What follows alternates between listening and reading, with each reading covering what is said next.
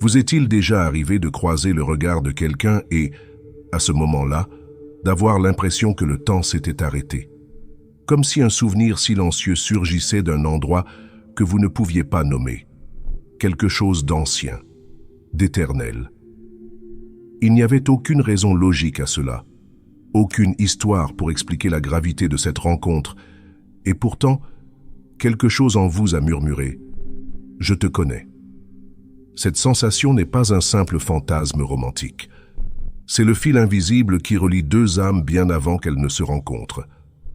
Ces moments ne sont pas le fruit d'une coïncidence. Ils sont tissés dans le tissu de votre vie comme une géométrie sacrée, apparaissant au carrefour du destin et de la volonté. Lorsque vous ressentez une proximité inexplicable avec quelqu'un que vous connaissez à peine, vous faites l'expérience de quelque chose de plus profond que la chimie. C'est une résonance. C'est l'écho de votre âme qui reconnaît une vibration familière chez l'autre. Dans les enseignements de Carl Jung, ces phénomènes ne sont pas considérés comme des illusions. Il les appelle synchronicités, des coïncidences significatives qui se produisent sans lien de cause à effet apparent, mais qui ont une profonde signification émotionnelle ou spirituelle. Lorsque les âmes sont vraiment alignées, ces synchronicités s'intensifient. La rencontre elle-même n'est pas un simple événement, c'est un signal, un reflet des énergies internes qui s'harmonisent avec le monde extérieur. Et c'est là que tout commence. La sensation que quelqu'un a été placé sur votre chemin, non pas par hasard, mais à dessein. Non pas pour vous compléter, mais pour éveiller une partie de vous. Non pas pour vous donner quelque chose de nouveau, mais pour vous ramener à quelque chose d'ancien. Une reconnaissance codée dans votre esprit avant que le temps ne grave son nom dans votre mémoire. Le fil invisible n'est pas quelque chose que vous pouvez voir ou toucher, mais vous le sentez dans votre corps, dans le calme qui s'installe en leur présence, dans la façon dont vos pensées s'adoucissent, dans l'étrange paix qui monte comme une marée dans votre poitrine. Ce fil ne s'enchaîne pas. Il appelle, il rappelle, il se répercute. Vous sentez que cette personne n'est pas simplement de passage. Il y a une raison pour laquelle elle a croisé votre chemin. Pourtant, cette raison n'est pas forcément révélée immédiatement. Et c'est là une partie du mystère. L'univers ne s'explique pas toujours lorsqu'il s'exprime par le biais de liens affectifs. Parfois, il chuchote dans les moments, dans le silence, dans les choses que vous ne pouvez pas justifier logiquement, mais que vous ressentez profondément. Un ancien proverbe dit « Un fil rouge invisible relie ceux qui sont destinés à se rencontrer ». Quel que soit le temps, le lieu ou les circonstances, le fil peut s'étirer ou s'emmêler, mais il ne se rompra jamais. Cette croyance, partagée par les philosophies orientales, reflète ce que Jung a proposé au monde occidental. Certaines personnes ne sont pas seulement destinées à entrer dans votre vie, elles y sont appelées par l'énergie que vous portez en vous. Il ne s'agit pas de les trouver, il s'agit de se souvenir. Et lorsque ce fil est touché, ne serait-ce qu'une seconde, votre âme sait que quelque chose de sacré vient d'être déclenché. Bien avant que nous comprenions l'amour, avant que nous puissions nommer ce que nous ressentons, quelque chose de plus profond s'agite déjà sous la surface de nos vies. Carl Jung, l'un des esprits les plus brillants à avoir jamais exploré les profondeurs de la psyché humaine, a offert une vision profonde. Nos relations les plus puissantes ne sont pas des accidents. Elles sont la manifestation de forces invisibles qui agissent en nous. Pour Jung, l'inconscient n'est pas un contenant passif de souvenirs. C'est un champ d'énergie actif, porteur de sens, qui façonne constamment notre réalité. Et c'est dans ce domaine inconscient que vit le schéma de nos liens les plus profonds. Lorsque nous rencontrons quelqu'un qui laisse une trace durable dans notre âme, ce n'est pas par hasard. C'est la psyché qui répond à un appel intérieur. Jung appelle cela la synchronicité, l'alignement mystérieux d'états intérieurs avec des événements extérieurs. C'est à travers ces rencontres synchrones que nous sentons la présence de ce que l'on pourrait appeler un contrat d'âme. Il ne s'agit pas d'un document littéral, mais d'un accord psychologique conclu entre deux psychés, qui les rapproche avec une précision magnétique. Vous le ressentez lorsqu'un étranger vous semble familier, lorsque quelqu'un entre dans votre vie et que tout commence à basculer. Ce n'est pas la logique qui l'explique, c'est la résonance. Jung a enseigné qu'en chacun de nous existent de puissants archétypes, des schémas anciens et universels de l'âme. Lorsque deux personnes se rencontrent et ressentent une connexion instantanée, c'est souvent parce que leurs archétypes dansent en harmonie sous la surface. L'attirance n'est pas superficielle, elle est symbolique. Elle parle le langage des rêves, des mythes et des vérités oubliées. Mais ce qui rend ces liens intemporels, ce n'est pas leur durée, c'est leur impact. Certaines des relations les plus transformatrices de votre vie peuvent ne durer que quelques semaines ou quelques mois, mais résonner en vous pendant des décennies. C'est parce que l'inconscient ne mesure pas le temps comme le fait l'ego. Ce qui compte, c'est ce que la relation éveille en vous. Jung pensait que les gens sont attirés dans nos vies pour refléter ce à quoi nous devons faire face, pour éclairer ce qui est caché. Ces rencontres ne sont pas le fruit du hasard. Ce sont des invitations à évoluer, des opportunités sacrées déguisées en coïncidence. Vous n'attirez pas quelqu'un par un caprice du destin. Vous les attirez parce que votre monde intérieur est prêt à être reflété, défié ou guéri. Et parfois, même si la connexion est profonde, elle doit être brève. Tous les liens ne sont pas destinés à rester. Certains viennent pour servir un objectif psychologique spécifique. Une fois ce but atteint, la psyché lâche prise, non pas parce que le lien n'était pas réel, mais parce qu'il a accompli sa tâche. Jung nous a montré que ces relations ne sont pas des interruptions dans le flux de la vie. Elles sont le flux. Elles sont la preuve que notre monde intérieur façonne constamment le monde extérieur. Lorsque deux âmes sont vraiment alignées, leur rencontre est inévitable. Et lorsqu'elles se séparent, c'est uniquement parce que quelque chose a changé à l'intérieur. Un nouveau chapitre de la psyché a commencé. Lorsque deux âmes se connectent d'une manière qui semble au-delà du temps, comme si elles s'étaient touchées avant même que cette vie ne commence, la dernière chose à laquelle on s'attend est la distance. Et pourtant, cela arrive. Un jour, cette présence puissante commence à s'estomper. Non pas à cause d'une trahison ou d'un conflit, mais à cause d'un silence, une pause, un changement. Et vous vous retrouvez à vous poser la même question, encore et encore, si cette connexion était réelle, pourquoi est-elle partie? La réponse n'est pas simple, et elle n'est pas immédiate.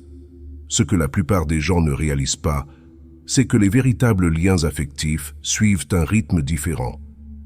Elles ne sont pas conçues pour satisfaire le besoin de permanence de l'ego. Elles sont conçues pour servir quelque chose de plus profond, l'évolution.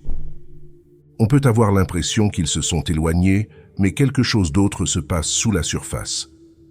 Certains liens ont besoin de distance pour se développer. Il y a des moments dans le voyage où la proximité ne sert plus l'expansion. Les âmes, toujours connectées, commencent à s'éloigner, non pas pour se déconnecter, mais pour se recalibrer. Cet espace entre les deux n'est pas un vide, c'est un alignement en cours. C'est un silence sacré où les deux se préparent, séparément, à ce qui ne peut se produire qu'ensemble, au moment opportun. C'est ce que personne ne vous dit. La connexion ne s'arrête pas lorsque le contact s'estompe. Ce que vous avez ressenti n'était pas une coïncidence, et cela ne disparaît pas simplement parce qu'ils ne sont plus dans la pièce. Si le lien est réel, il vit malgré la distance, se déplaçant dans le temps comme un fil que l'on tire tranquillement vers les retrouvailles. Mais voici ce que la plupart des gens oublient. On ne peut pas revenir à ce qui n'est pas prêt à recevoir. Parfois, la séparation est le seul moyen pour chaque âme de grandir dans ce que la connexion exige vraiment. Sans cette pause, le lien resterait étroit, confiné. Il ne reflèterait que l'endroit où vous étiez, et non celui où vous êtes censé aller. L'attraction entre les âmes vraiment connectées ne s'estompe jamais. Elle ne fait qu'attendre. Elle s'ajuste. Elle répond à ce que chaque âme est en train de devenir. Et au moment où vous vous y attendez le moins, quelque chose change. Le silence commence à se dissiper. Un message apparaît. Un regard à travers une pièce. Un nom familier refait surface. Et c'est ainsi qu'ils reviennent. Pas toujours comme avant. Pas toujours sous la même forme ou dans le même rôle. Mais lorsque le moment est venu, ce qui est signifié revient. Parce que le fil ne s'est pas rompu. Il s'est étiré. Il s'est adapté. Il a créé un espace pour que la connexion revienne sous une forme qui puisse enfin contenir toute sa vérité. Et c'est peut-être ce que vous pressentez depuis le début, qu'ils ne sont jamais partis. Ils se préparaient seulement. Certains fils ne se dénouent pas. Ils se relâchent, s'étirent et retiennent leur souffle.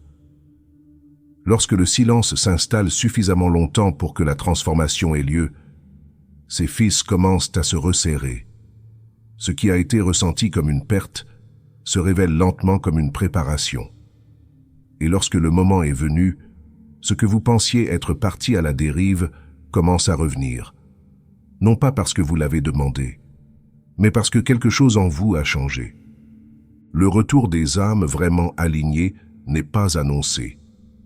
Il n'y a pas de signe clignotant, pas de pause dramatique dans l'univers. Vous le sentez avant de le voir. Un calme étrange, une conscience de l'approche de quelque chose, même si vous ne savez pas quelle forme cela prendra. Et puis soudain, c'est là. Un nom, un message, une présence. Pas par la force, mais par le rythme. La reconnexion n'est pas la récompense de la patience. Ce n'est pas le résultat d'un désir. C'est le résultat d'un alignement. Lorsque votre fréquence interne change, lorsque le bruit à l'intérieur de vous s'apaise, cela crée de l'espace. Et dans cet espace, ce qui a toujours été connecté retrouve le chemin. Le retour n'est pas le résultat de l'attente. C'est la conséquence du devenir. Vous ne les reconnaîtrez peut-être pas immédiatement. Le temps change les gens. La croissance réécrit leur posture, leur voix, leur façon d'entrer dans une pièce. Mais sous tout cela, quelque chose reste inchangé. La présence est familière d'une manière que le langage ne peut expliquer. L'air entre vous porte un poids dont vous vous souvenez tous les deux, même si aucun d'entre vous ne le dit à voix haute. Il n'est pas rare que le retour soit surréaliste. On se demande si on n'a pas tout imaginé. L'esprit prudent et analytique tente de l'expliquer. Mais quelque chose de plus profond l'emporte sur la logique. C'est le sentiment que vous ressentez dans votre poitrine, la façon dont ce moment adoucit vos contours. Vous n'avez pas besoin de vous demander si c'est réel. Votre corps le sait déjà. Lorsque deux personnes ont été façonnées par leur séparation, les retrouvailles deviennent quelque chose qu'aucune d'entre elles n'aurait pu prévoir. Ce n'est pas une répétition du passé. C'est une convergence de tout ce qu'ils sont devenus. Et c'est pour cette raison qu'elle est porteuse d'une force tranquille. Le genre qui n'a pas besoin d'être déclaré. Il existe, tout simplement. Il n'y a pas de règle pour le déroulement de ce retour. Il peut commencer par une petite conversation ou par un silence. Il peut se produire autour d'une table ou au fil des ans. Mais une chose est sûre, lorsqu'il arrivera, vous le saurez. Non pas par la certitude de l'esprit, mais par la paix du cœur. Vous sentirez le fossé se combler, non pas par des mots, mais par une présence. C'est pourquoi les âmes vraiment alignées retrouvent toujours leur chemin. Parce que ce qui les a reliés n'a jamais été extérieur. Ce n'était pas le moment, ni les circonstances, ni le hasard. C'était une résonance. Et la résonance, une fois ressentie, ne disparaît pas. Elle attend, elle s'ajuste. Et lorsque les deux sont prêts, elle revient. Lorsque deux âmes se croisent après un long silence, il y a souvent une familiarité tranquille entre elles. non pas façonné par la mémoire, mais par quelque chose de plus profond. Et parfois, avant les retrouvailles, avant que le premier mot ne soit prononcé, cette familiarité existe déjà. Elle ne naît pas d'une histoire commune. Elle naît d'une reconnaissance qui dépasse la raison. Cette reconnaissance n'attend pas les présentations ou la logique. Elle se produit dans le corps, dans le changement subtil d'énergie, lorsque quelqu'un entre dans votre vie et que quelque chose d'ancien en vous le remarque. Elle ne demande pas de confirmation. Elle n'a pas besoin de preuves. La prise de conscience est immédiate. Vous la ressentez dans votre calme. Les connexions magnétiques sont difficiles à expliquer parce qu'elles ne fonctionnent pas comme une attraction ordinaire. Elles ne sont pas basées sur des traits de caractère ou des conversations superficielles. Elles ne sont pas filtrées par des préférences. Vous les rencontrez et quelque chose se met en place en vous, non pas parce que vous les comprenez, mais parce que quelque chose dans leur présence vous libère. Il en résulte une tension étrange, une tension entre l'attraction indéniable et l'absence de clarté. Le moment est vif, mais vous ne savez pas quoi en faire. Vous pouvez l'ignorer. Vous pouvez essayer de le nommer. Mais plus vous essayez de le définir, plus il vous échappe. C'est parce qu'il n'a jamais été conçu pour être étiqueté, mais seulement pour être ressenti. Vous les remarquez par de petites choses, dans la façon dont la pièce est différente, à la façon dont votre respiration se modifie lorsqu'ils sont près de vous, dans le sentiment soudain que l'on s'est souvenu de quelque chose sans savoir de quoi il s'agissait. C'est l'essence même de la reconnaissance au-delà de la raison. Elle ne vient pas de la pensée, mais de la résonance. Ces connexions n'exigent pas d'action immédiate. Elles ne nécessitent pas de promesses ou de déclarations. Leur seule présence réveille en vous quelque chose que vous ne saviez pas endormi. Et que le moment dure 5 minutes ou 5 ans, il laisse quelque chose derrière lui, le sentiment d'avoir frôlé quelque chose de rare, quelque chose dont vous ne saviez pas qu'il vous manquait. Ces moments surviennent souvent lors de périodes de transition personnelle, lorsque quelque chose bouge en vous et que vous êtes plus ouvert que d'habitude. C'est à ce moment-là que ces connexions apparaissent.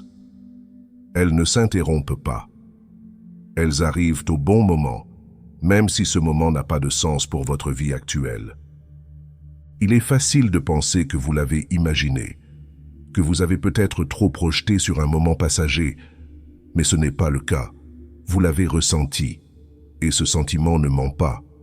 La vérité sur les connexions magnétiques est qu'elles n'ont pas besoin d'être prouvées.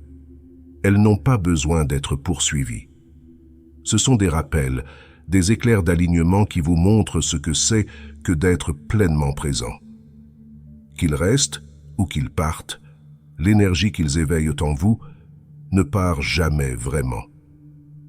Lorsque quelque chose semble puissant, l'instinct veut que l'on s'y accroche, surtout si elle vous éveille, vous ouvre, change la façon dont vous vous voyez. Mais l'une des erreurs les plus courantes que nous commettons avec les liens profonds est de croire qu'ils doivent être préservés à tout prix. Cette croyance conduit à un désespoir silencieux, le besoin de poursuivre ce qui nous a émus, comme si la valeur de la connexion dépendait de sa permanence. Cela commence subtilement, un message sans réponse, un changement de ton, l'absence de présence. Et soudain, vous vous retrouvez à essayer de recréer ce qui coulait de source. Vous essayez de dire les bonnes choses, d'apparaître au bon moment, de vous transformer en quelqu'un qu'il pourrait encore choisir. Mais plus vous tendez la main, plus il se sent éloigné.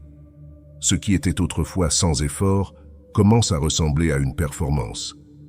Le piège est le suivant. Poursuivre quelqu'un qui vous a déjà ému est souvent une tentative d'échapper à l'inconfort de votre propre transformation. Lorsqu'une personne touche une partie de vous qui n'est pas encore complètement formée, elle vous laisse sur votre faim, non pas parce que vous avez besoin d'elle, mais parce qu'elle vous a rappelé ce que vous devez encore devenir. Cette faim est confondue avec l'amour. Et c'est là que la confusion commence. Le pouvoir de devenir commence là où la poursuite s'arrête. Non pas lorsque l'autre personne revient, mais lorsque vous cessez d'avoir besoin d'elle. Lorsque l'attention que vous portiez sur l'extérieur est redirigée vers l'intérieur. Vous commencez à voir que la profondeur que vous admiriez chez eux n'est que le reflet de quelque chose qui s'agitait déjà en vous. Ils n'étaient pas la source. Ils étaient le miroir. Il n'y a rien de faible dans le fait de vouloir quelqu'un, mais il y a une grande force à ne pas avoir besoin d'eux pour définir votre valeur. Plus vous poursuivez, plus vous confirmez une histoire intérieure qui vous dit que vous êtes incomplète sans eux. Mais la vérité, c'est qu'ils sont entrés dans votre vie pour vous montrer un chemin, pas pour le parcourir à votre place. Et parfois, marcher seul est ce qui vous rend prêt pour tout ce que la connexion a éveillé. Devenir n'est pas glamour. Il n'est pas fait de moments radieux et de paix soudaine. Il est fait d'espace, de silence, de la confrontation avec les parties de vous qui se sentaient invisibles avant qu'elles n'arrivent. On ne devient pas par l'attachement, on devient par l'intégration. Vous prenez ce qu'ils ont remué et vous le faites vôtre. Finalement, quelque chose change. L'urgence s'estompe. Le bruit s'apaise. Vous n'essayez plus de récupérer quelque chose. Vous vivez comme quelqu'un qui en a été transformé, enraciné, clair, entier. Et lorsque vous atteignez cet endroit, l'énergie qui vous poussait à la poursuite a disparu. À sa place, il y a la gravité. Calme, stable, magnétique. C'est le changement que personne n'enseigne. Le pouvoir du devenir vous emmènera toujours plus loin que la poursuite n'a jamais pu le faire. Non pas parce que vous les avez oubliés, mais parce que vous vous êtes enfin souvenu de vous-même. Il y a peu de moments dans la vie où l'on se sent à la fois tout nouveau et incroyablement familier. Lorsque deux âmes s'alignent à nouveau, ce n'est pas comme si quelque chose commençait, c'est comme si quelque chose revenait, non pas pour répéter ce qui a été, mais pour continuer ce qui a été interrompu. Il n'y a pas de précipitation, pas de prise de conscience dramatique. On a juste l'impression que ce moment était attendu depuis le début, sous la surface de tout. Cela se passe discrètement. Vous ne le remarquez pas dans leurs paroles, mais dans votre propre immobilité. Vous n'êtes plus la même personne que celle qui, par désir, a tendu la main vers eux. Et ils ne sont plus ceux qu'ils étaient lorsqu'ils sont partis. Quelque chose a changé. La fréquence est différente maintenant. Vous ne vous rencontrez pas en tant que fragments espérant être reconstitués. Vous vous rencontrez en tant qu'êtres entiers qui comprennent maintenant ce que signifie se connecter sans se perdre. Lorsque les âmes s'alignent à nouveau, le temps s'adoucit. Vous cessez de mesurer le temps qu'il a fallu, ou ce qui a été perdu en cours de route. Les lignes temporelles se dissolvent, et ce qui reste, c'est la présence. Vous les voyez tels qu'ils sont, et non tels qu'ils étaient. Et vous êtes vu en retour, non pas comme quelqu'un qui attend, mais comme quelqu'un qui est devenu. La tentation est grande de se demander ce qui va suivre, de planifier, d'étiqueter, d'assurer l'avenir. Mais cette envie s'estompe rapidement, car la véritable magie de cet alignement ne réside pas dans ce qu'il pourrait devenir, mais dans la pureté de ce qu'il est déjà. Il n'est pas nécessaire de forcer la connexion à prendre une forme. Elle se formera d'elle-même, moment après moment, souffle après souffle. Toutes les retrouvailles ne sont pas éternelles. Mais lorsque deux âmes reviennent l'une vers l'autre après avoir fait le travail intérieur, il y a là quelque chose d'indéniablement sacré, même si les rôles sont différents, même si la connexion prend une nouvelle forme. Ce qui compte, c'est que l'énergie s'est rencontrée à nouveau, avec clarté, avec paix, sans distorsion. Et si vous avez la chance d'être témoin de ce genre de retour, Vous le saurez à la façon dont votre corps ne se contracte pas, votre cœur ne s'emballe pas. Au contraire, vous ressentirez un calme bien ancré. Ce n'est pas le frisson de la poursuite, mais l'arrivée de quelque chose de stable. Quelque chose qui n'a plus besoin d'être tenu fermement par la peur, parce qu'il est tout simplement à sa place. Ce qui vient ensuite n'est pas une histoire à prédire. C'est un chemin à parcourir avec présence, respect et confiance. Et c'est peut-être là la dernière vérité. L'intérêt de se retrouver n'est pas de revivre le passé, mais de co-créer quelque chose qui n'aurait pas pu exister auparavant. Quelque chose façonné par la croissance et non par le besoin. Si quelque chose en vous a bougé en lisant ceci, ce n'est pas par hasard. Certaines vérités arrivent lorsque vous êtes prêt à les recevoir, tout comme certaines âmes. Si ce message vous est parvenu au bon moment, sachez que votre voyage se déroule exactement comme il se doit. Merci d'être ici, de permettre à ces mots de vous rencontrer là où vous êtes. Si ce message a résonné en vous, je vous invite à vous abonner et à nous rejoindre pour d'autres réflexions de ce genre. Merci de votre attention.